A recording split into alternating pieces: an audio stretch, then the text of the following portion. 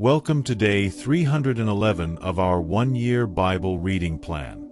In Jeremiah 50-51, we witness God's judgment on Babylon, the once great empire brought low for its pride and cruelty. Meanwhile, Hebrews 7 reveals Jesus as our perfect high priest, far greater than any earthly one, interceding for us forever. Let's dive in. Jeremiah chapter 50. This is the word the Lord spoke through Jeremiah the prophet concerning Babylon and the land of the Babylonians. Announce and proclaim among the nations, lift up a banner and proclaim it. Keep nothing back, but say, Babylon will be captured, Bel will be put to shame, Marduk filled with terror. Her images will be put to shame and her idols filled with terror. A nation from the north will attack her and lay waste her land. No one will live in it. Both people and animals will flee away.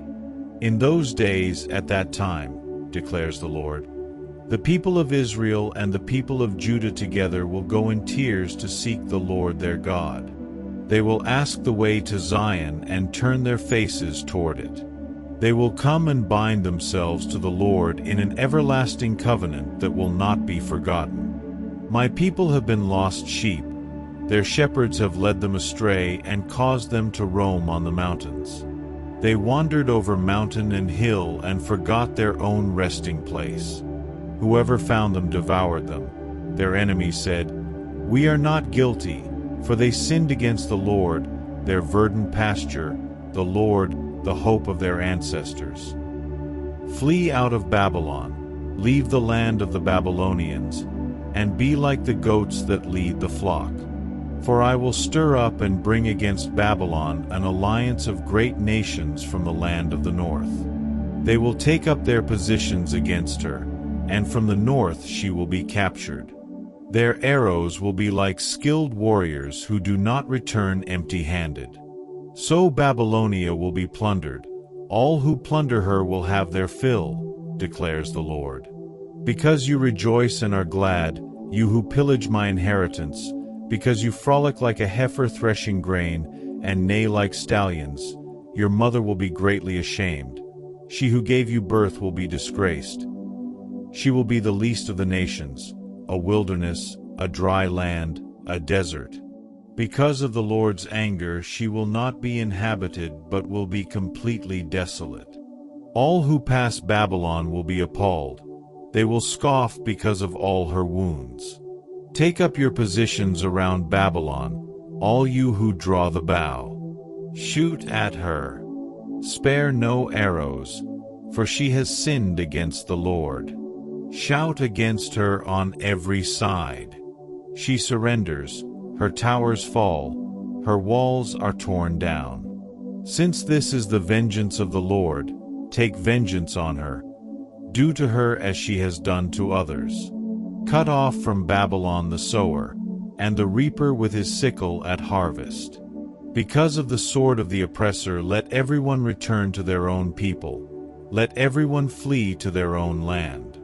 Israel is a scattered flock that lions have chased away. The first to devour them was the king of Assyria.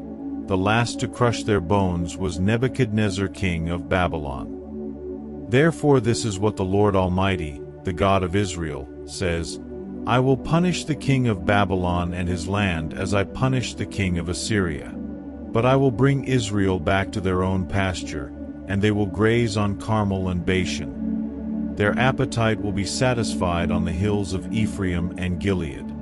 In those days, at that time, declares the Lord, search will be made for Israel's guilt, but there will be none, and for the sins of Judah, but none will be found, for I will forgive the remnant I spare. Attack the land of Merathaim and those who live in Pekod. Pursue, kill and completely destroy them, declares the Lord. Do everything I have commanded you. The noise of battle is in the land, the noise of great destruction. How broken and shattered is the hammer of the whole earth. How desolate is Babylon among the nations. I set a trap for you, Babylon, and you were caught before you knew it. You were found and captured because you opposed the Lord. The Lord has opened his arsenal and brought out the weapons of his wrath, for the sovereign Lord Almighty has work to do in the land of the Babylonians. Come against her from afar. Break open her granaries. Pile her up like heaps of grain. Completely destroy her and leave her no remnant. Kill all her young bulls. Let them go down to the slaughter. Woe to them! For their day has come, the time for them to be punished. Listen to the fugitives and refugees from Babylon declaring in Zion how the Lord our God has taken vengeance, vengeance for his temple. Summon archers against Babylon, all those who draw the bow. Encamp all around her. Let no one escape. Repay her for her deeds. Do to her as she has done. For she has defied the Lord, the Holy One of Israel. Therefore her young men will fall in the streets. All her soldiers will be silenced in that day, declares the Lord. See, I am against you, you arrogant one, declares the Lord Almighty. For your day has come, the time for you to be punished. The arrogant one will stumble and fall, and no one will help her up.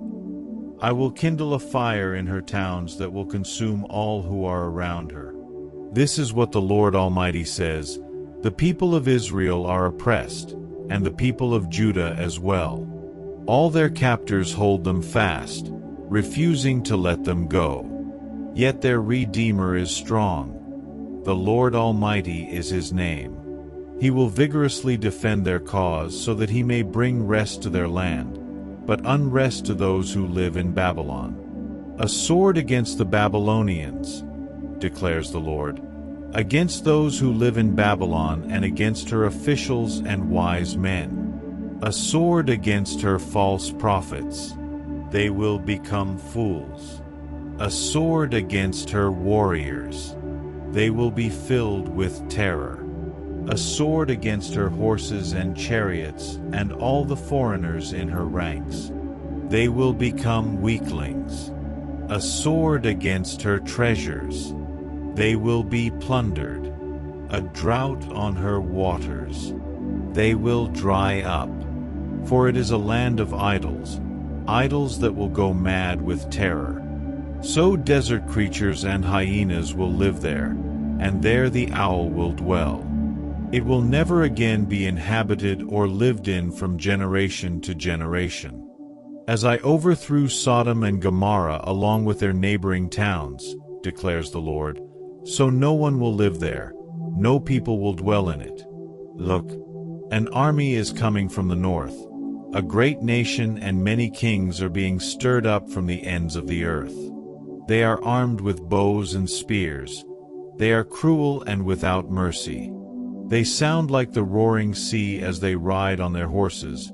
They come like men in battle formation to attack you, daughter Babylon. The king of Babylon has heard reports about them, and his hands hang limp. Anguish has gripped him, pain like that of a woman in labor. Like a lion coming up from Jordan's thickets to a rich pasture land, I will chase Babylon from its land in an instant. Who is the chosen one I will appoint for this? Who is like me and who can challenge me? And what shepherd can stand against me?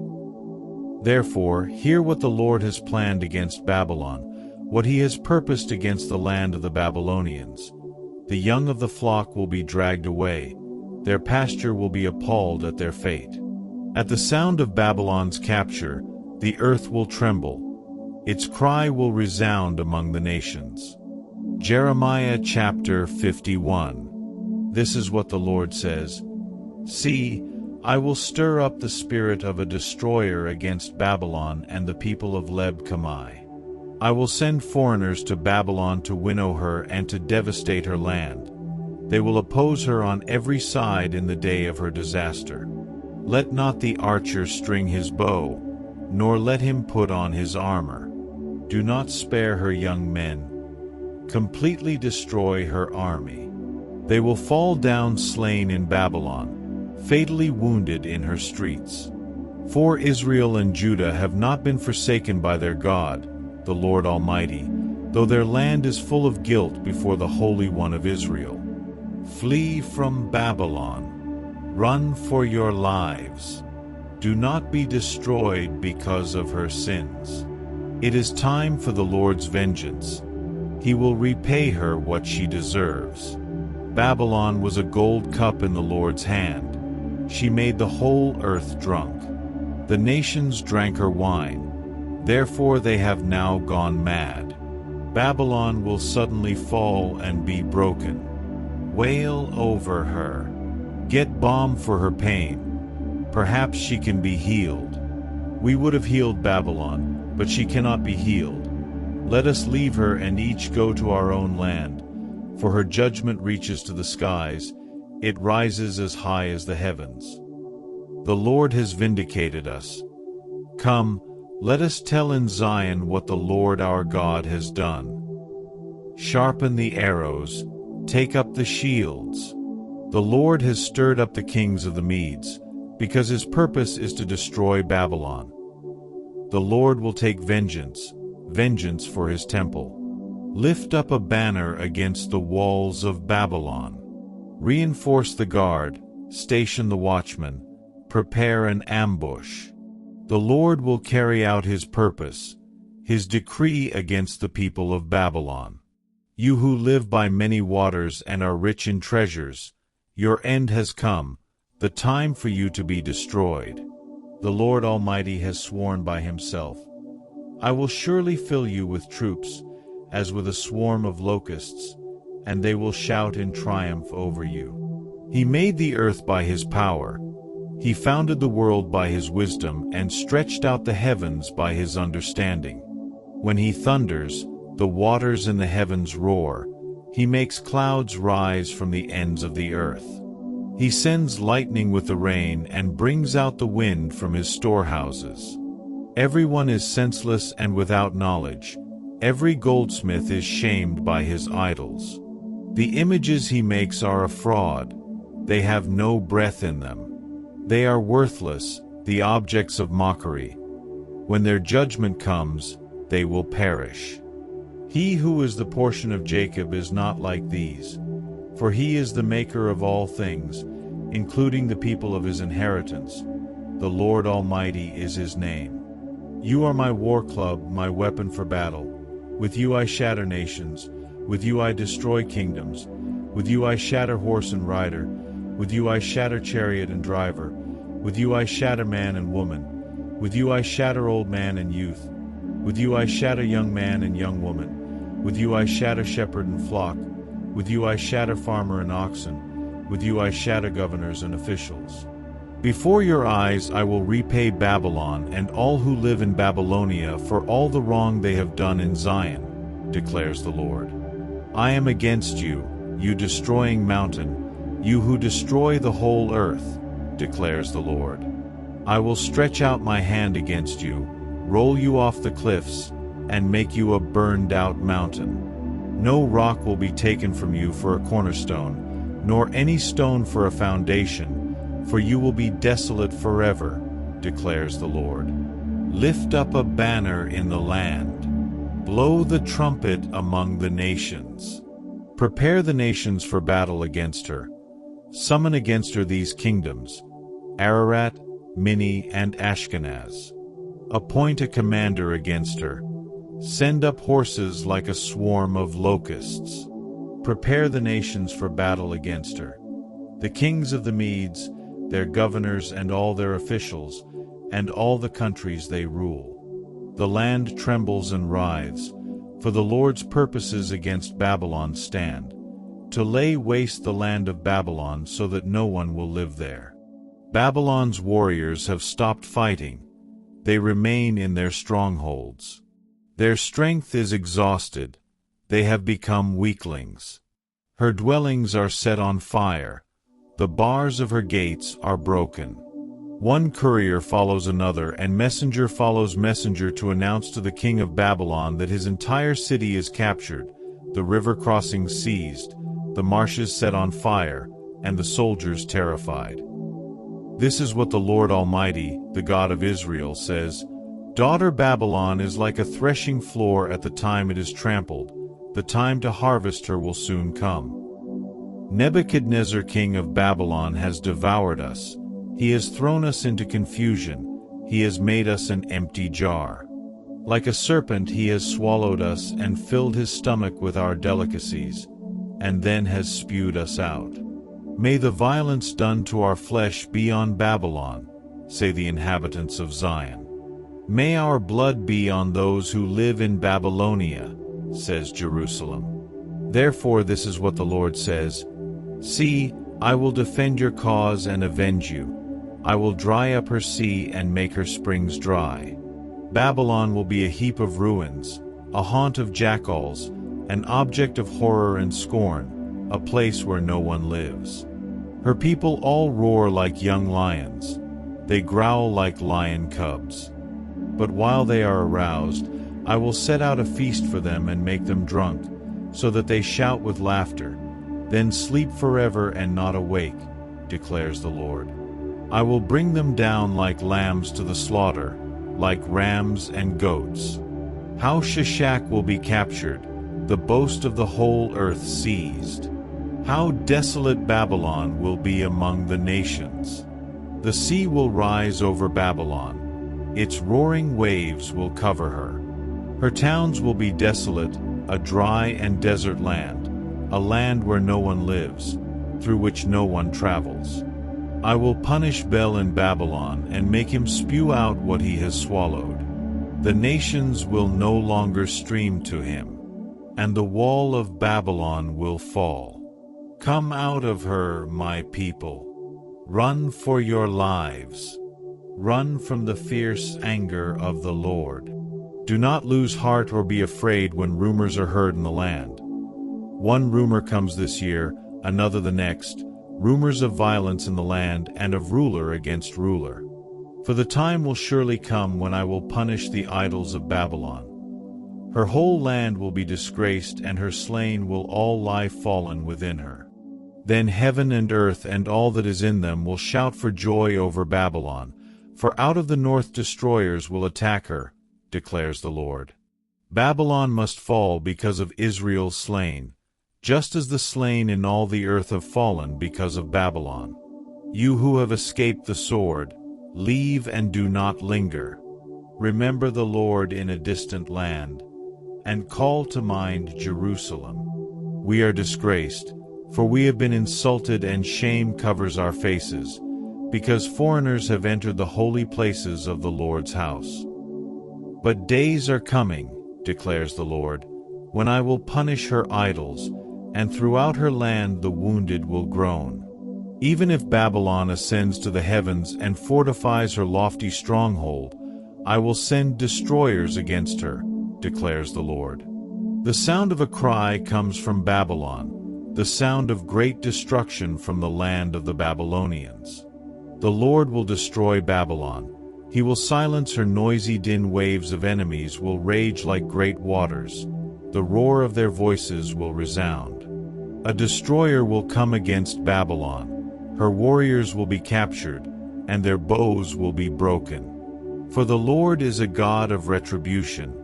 He will repay in full. I will make her officials and wise men drunk, her governors, officers, and warriors as well. They will sleep forever and not awake, declares the King, whose name is the Lord Almighty. This is what the Lord Almighty says: Babylon's thick wall will be leveled and her high gates set on fire. The peoples exhaust themselves for nothing. The nation's labor is only fuel for the flames.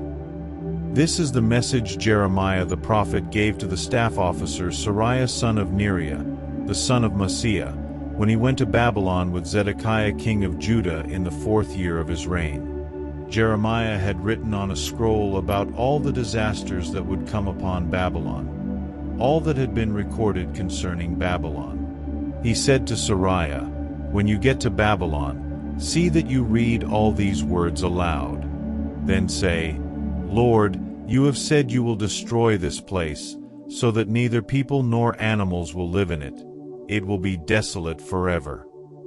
When you finish reading this scroll, tie a stone to it and throw it into the Euphrates. Then say, "So will Babylon sink to rise no more because of the disaster I will bring on her, and her people will fall." The words of Jeremiah end here. Hebrews chapter 7. This Melchizedek was king of Salem and priest of God Most High. He met Abraham returning from the defeat of the kings and blessed him, and Abraham gave him a tenth of everything. First, the name Melchizedek means king of righteousness. Then also, king of Salem means king of peace. Without father or mother, without genealogy, without beginning of days or end of life, resembling the Son of God, he remains a priest forever. Just think how great he was. Even the patriarch Abraham gave him a tenth of the plunder. Now the law requires the descendants of Levi who become priests to collect a tenth from the people. That is, from their fellow Israelites, even though they also are descended from Abraham. This man, however, did not trace his descent from Levi, yet he collected a tenth from Abraham and blessed him who had the promises. And without doubt the lesser is blessed by the greater.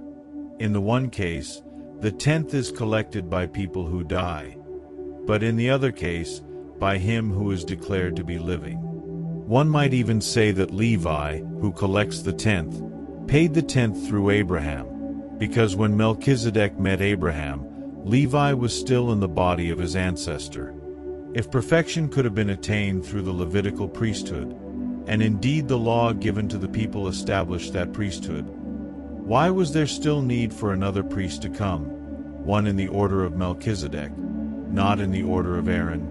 For when the priesthood is changed, the law must be changed also. He of whom these things are said belonged to a different tribe, and no one from that tribe has ever served at the altar. For it is clear that our Lord descended from Judah, and in regard to that tribe, Moses said nothing about priests. And what we have said is even more clear if another priest like Melchizedek appears, one who has become a priest not on the basis of a regulation as to his ancestry, but on the basis of the power of an indestructible life. For it is declared, "You are a priest forever, in the order of Melchizedek."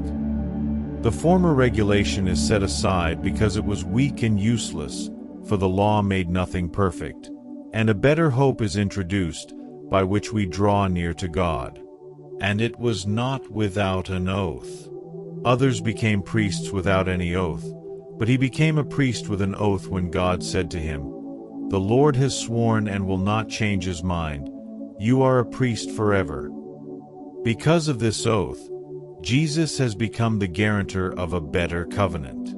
Now there have been many of those priests, since death prevented them from continuing in office. But because Jesus lives forever, he has a permanent priesthood. Therefore he is able to save completely those who come to God through him, because he always lives to intercede for them. Such a high priest truly meets our need, one who is holy, blameless, pure, set apart from sinners, exalted above the heavens. Unlike the other high priests, he does not need to offer sacrifices day after day, first for his own sins, and then for the sins of the people. He sacrificed for their sins once for all when he offered himself. For the law appoints as high priests men in all their weakness, but the oath, which came after the law, appointed the Son, who has been made perfect forever. Thank you for joining today's Bible reading. Babylon's fall reminds us that no power stands against God's will, and Christ's priesthood reminds us that his mercy never ends. See you tomorrow for day 312.